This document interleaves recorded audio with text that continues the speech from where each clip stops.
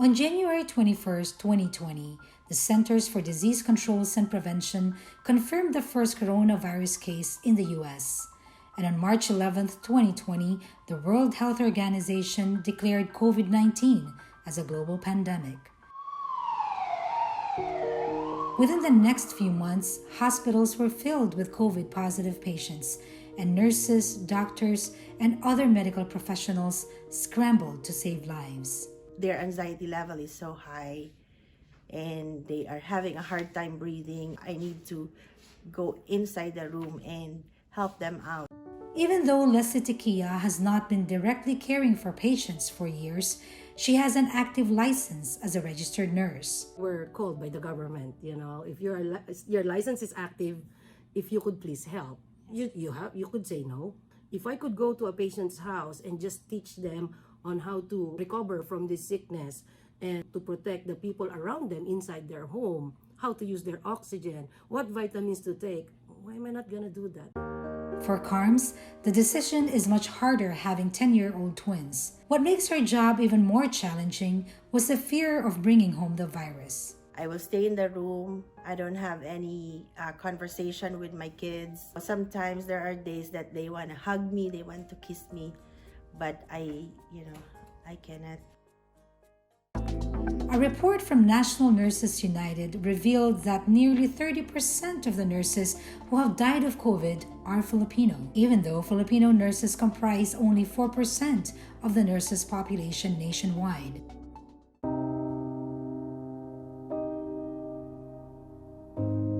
Meanwhile, the gravity of the pandemic quickly set in, forcing businesses to close. One of those greatly impacted was the restaurant industry. Gino Viola is a co-owner of a restaurant franchise. They opened their restaurant in December 2019. 3 months later, they had to lock down. Oh my God, what are we gonna do? The governor's like, we've gotta shut down all indoor dining. That really hit home for us. Like, we're a dining business, how are we gonna survive? Really scared, to be honest. Leslie Tequia owns a staffing company of physical therapists. While she did not have to shut down, she faced a set of challenges ranging from a decline of at-home patients to protecting her own staff.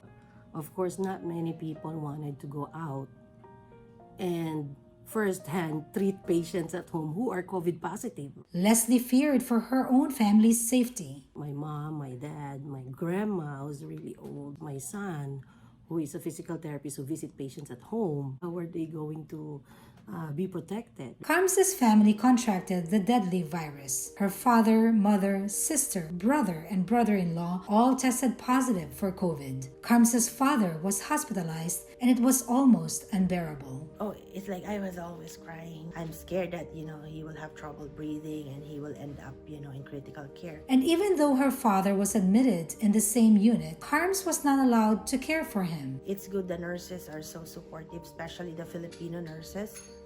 They are there, volunteering to take care of my dad. While many Filipino frontliners are in the medical field, Filipinos' culture of caring has also been evident in the classroom. There were some who were going through some sort of depression because they were not with their friends and they were in their lowest moment and wanted to take their life. It's struggle, it's hard, it's challenging, but you will just be thankful that they are always coming. Being a mom, I kind of understood what they were going through. Teaching here in the US is a vocation, really. It is a calling.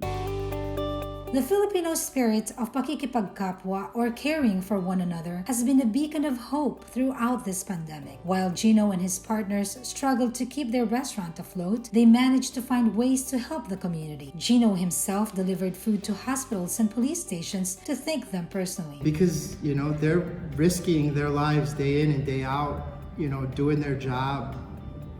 And unfortunately, they can't stay home. It's just a thank you from the bottom of my heart. Despite their own personal challenges, what compelled them to help? In the middle of a pandemic, what we could do to think of everyone, not only of ourselves. We're all in this together. We just gotta help each other, just to, coming back to the basic need of humanity.